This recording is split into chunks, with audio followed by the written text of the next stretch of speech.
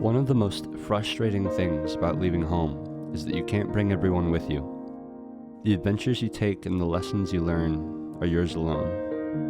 And when you finally make it back home, no one fully knows the experiences that changed you. Sure, you can tell them about it, you can even make videos about it, but it isn't the same. It's knowledge versus wisdom. It's theory versus real life. Being told not to make mistakes versus learning from the ones that inevitably come. And maybe all of this is why a time capsule doesn't make any sense. I mean, who puts ramen and chips in a time capsule?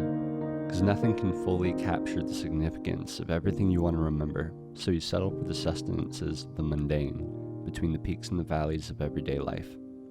Because the simplest of things contain the strongest memories. It's all we had to put in, because it's all we were willing to leave behind for now, with an overabundance of optimism that will be able to fill the gaps in our memories. And it may seem a bit out of place to speak of abundance when living out of your car and showering only as often as the generosity of others allows, but this year served as a greater teacher than I ever could have imagined.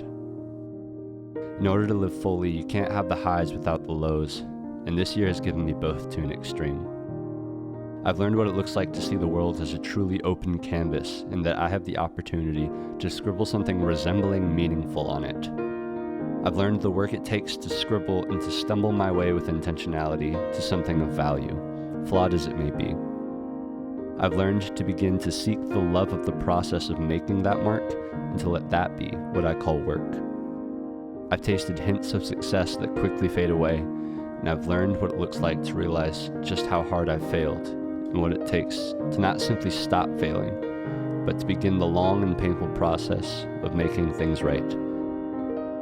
I've learned that love is the greatest thing this world has to offer, yet it's one of the easiest things to distort. I've learned that proximity is power, money is oxygen, public victories are the result of private victories, and failures all the same. I'm willing to look like a fool for the things I believe in, and I know that times, they just ain't like they used to be, and I don't think they ever were. And most importantly, I've solidified the notion that people, family, and friends are all what make this whole thing worth it.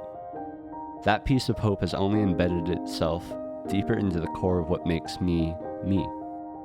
To make the life of the person next to me better. All in all, I've learned this year that I'm not who I want to be. I'm not where I want to be. But I'm well on my way. And so thank you, Salida, and all of Colorado, and all of the people that make you, you. Thank you to every person that taught me and learned with me this year. I hope and pray that I've been able to give back at least a tiny piece of what you gave me. If we truly are blessed, higher mountains and deeper valleys are yet to come.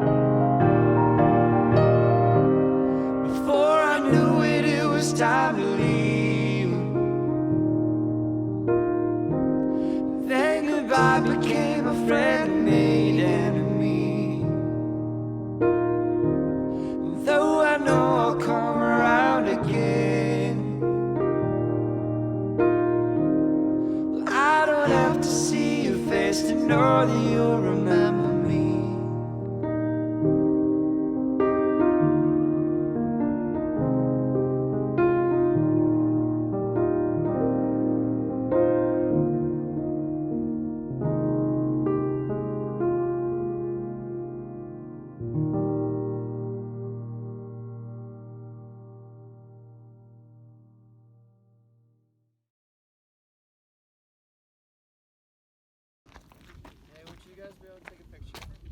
Man.